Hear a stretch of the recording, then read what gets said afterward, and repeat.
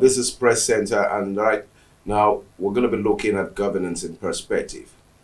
Nigeria has been thrown into so much about governance in the last couple of months. Questions of insecurity, lack of infrastructure, party primaries, inconclusive party primaries, the non-independence of independent electoral commission, the compromising attitude of our security agencies, the fallacy amongst our legislators, and the poor lies being told by most, and if not all, of our politicians to the electorate. The season of electioneering has come, and the politicians are on the verge of doing the status quo, which is deceiving or producing illusions for the electorate to dwell in. The sharing of sacks of 2 kg rice of flours to wrappers, to sharing of monetary or other form of palliatives, in quote, that they, and most of them have not been or seen their constituents in the last 3 years. We are not even talking about the mass upnubbing, or will I call it political movement of politicians from one party or their party of election to the All Progressive Party, the ruling party. I have in the studio with me a young man who is of an opposition party, an advocate of the people, a movement in himself. He has had a lot of altercations with the law and has just come from one of those altercations. He's none other person than Comrade Victor OJ, aka Wongbox. You're welcome to Governance in Perspective. Thank you for having me. Feels good to be here. Feels good to be back. Yeah, it's always a pleasure to have you. Right now, you are the senatorial candidate of the APP. The Action People's Party. Action People's Party. Yes, 2027. 2027. Yeah, in Delta State. Not a problem. That's a good one. Delta North. Delta North. And you're going to be contending with some other big wigs from other political parties. And talking about Senator Dr. Arthur Ifeanyi Okowa, the incumbent governor of Delta State, former Speaker of the Delta State House of Assembly, and the candidate of the NDC, Right Honorable Engineer Victor Oche. That looks like a force to fight with, the two men. But all that, you seem to have a grassroots support. But right now, let's look at governance in perspective. Let's start with Delta State, or rather, let's start with Nigeria, then we'll come down home to Delta State. Let's look at governance in Nigeria. Can you give us an insight about your perception of what you think is for or against governance that you have seen in the last 3 years with the APC government at the center? The number one challenge we have in our governance system in Nigeria is the primitive accumulation of wealth. Everybody goes into politics with a mindset of making money, not service to the people. Because democracy, politics, social politics is about service to the people. If you go to European countries, the benefits from serving the people is not attractive. Yes. They make it unattractive. You don't go into politics in other climes to make money. It's only Nigeria. Even South Africa. You don't. You can't go into South African politics and you make money. Look at Singapore. No, South Korea. No, their female president the other time went to prison. She was imprisoned. Why? She facilitated contracts from Samsung to her cousins. That was her crime. And they impeached her, sent her to trial. She was prosecuted and sentenced to some years imprisonment. You see, even in South Korea alone, in the Asian tigers, Thailand, Singapore, China, they have strict rules for accountability. If you check our current government, I'm talking about this administration between 2023 to 2026, you see it's all about misappropriation of funds. A court judgment just came that recently that the cars that the billions of naira spent to buy cars for our National Assembly members, the senators, should be refunded back. From where? Because it was unlawful. So you see a lot of, misappropriation of funds. Now we're talking about misappropriation of funds. Let's Yes, it's a challenge. The most recent, the altercation that is happening right now between a certain MDA Director General and the person of Mr. Adeni Adeyemi, insinuating that there's a high level of compromise within the executive between the Chief of Staff, Chief Femi Gbajabiamila, the Attorney General, or rather the Accountant General of the Federation, the CBN, talking about the issue of the MDA, the procurement, whatever council, seeking to be made to look like it never existed. Well, meanwhile, it existed, and it's looking like a fallout from a discontinued contractual agreement. Adeyemi is angry, but Jabama is denying. And this morning, I watched the clip, early hours of this morning, where Mr. President instructed that there was going to be an investigative panel to look into the matter. But before that, he had eulogized his Chief of Staff, saying that he knows that Femi Gbajabiamila is a man of integrity. And of course, now, and you made that statement, and you're telling an independent panel to look into that. How do you want the panel to be impartial? That's aside. So what do you look at?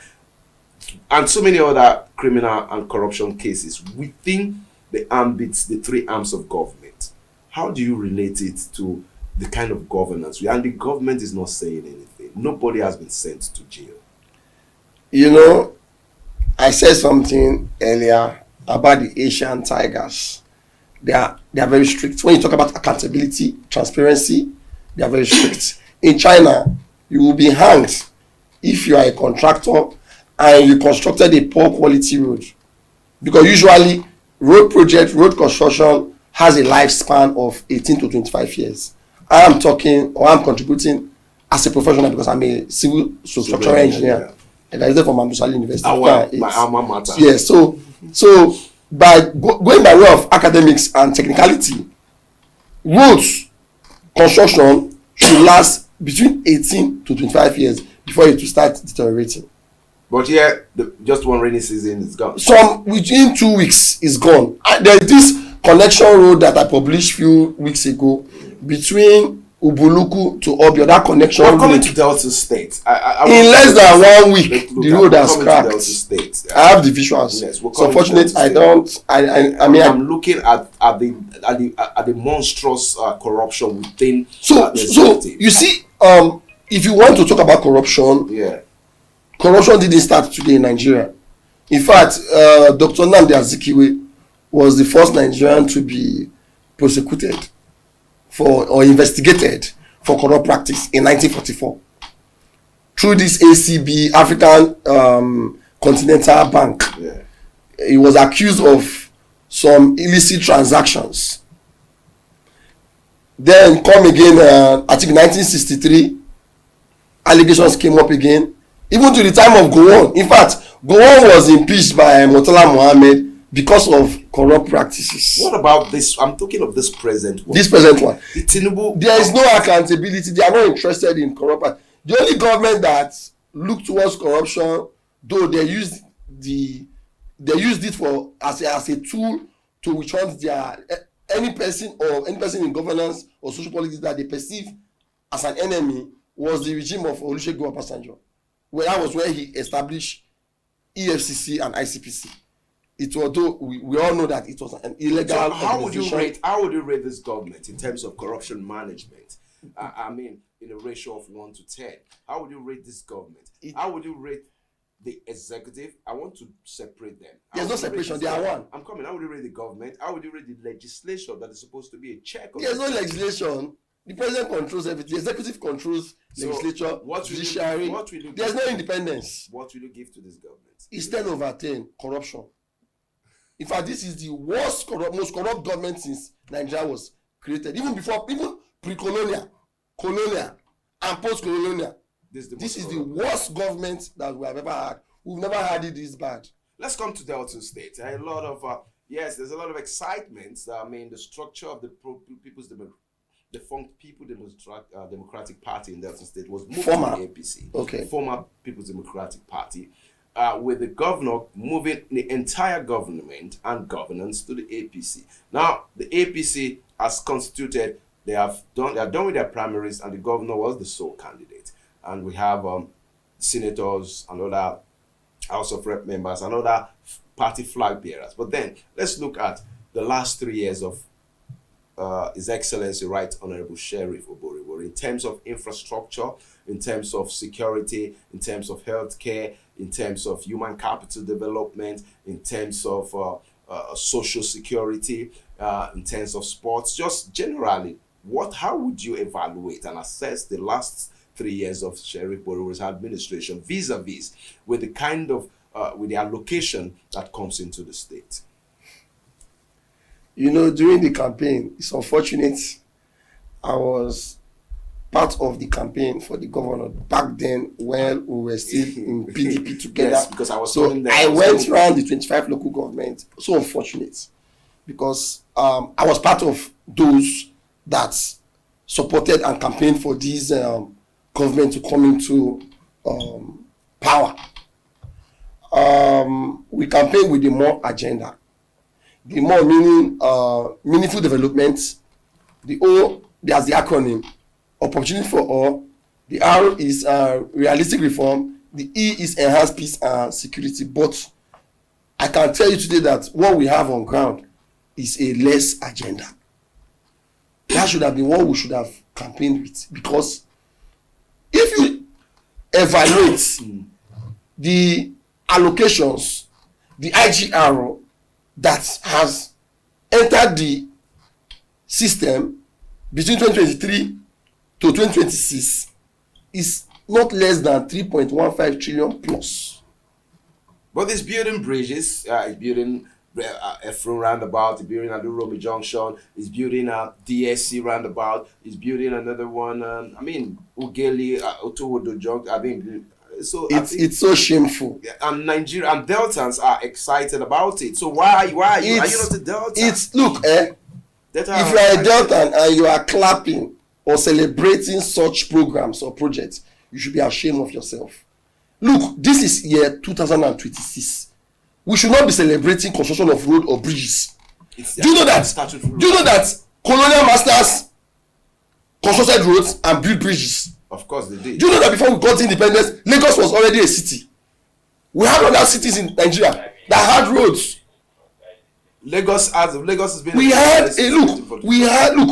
It's a shame that the youth of Delta State they have demoralized them. That they are now, most of them are suffering from Stockholm syndrome.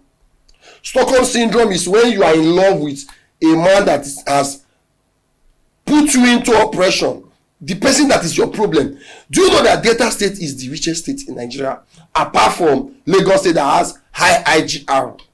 Delta, Akwa Ibom, they are the richest state. But do you know that you can't point to one thing that you say an average Delta is benefiting from this government on a monthly basis? Is it free education?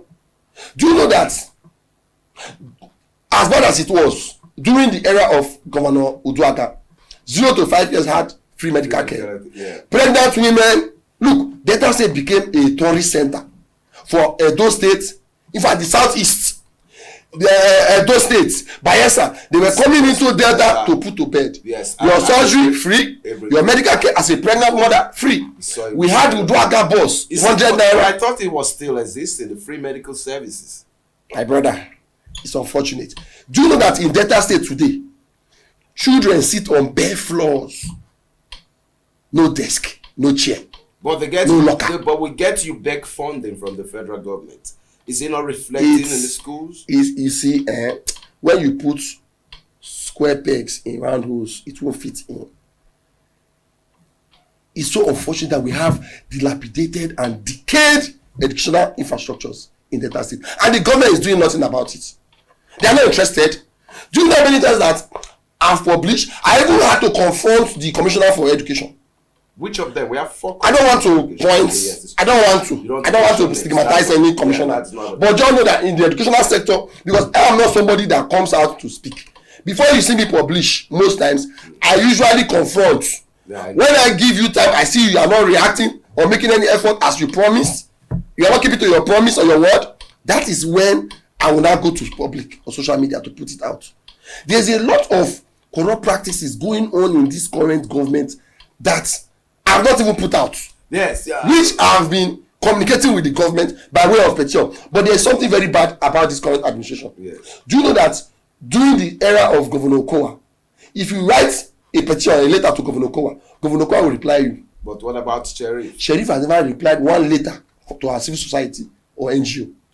Yes, that's a good one, Sheriff. The governor has not, they have not, no reaction, no reply, no nothing. That means, and by way of constitution, yes, he owes us, the civil society, a duty of care to respond to any petition or complaint that we documented and mailed to them. Well, quite an interesting one, very much for want of time, because I think this topic, governance in perspective, is a very, very big topic. I just want 30 seconds.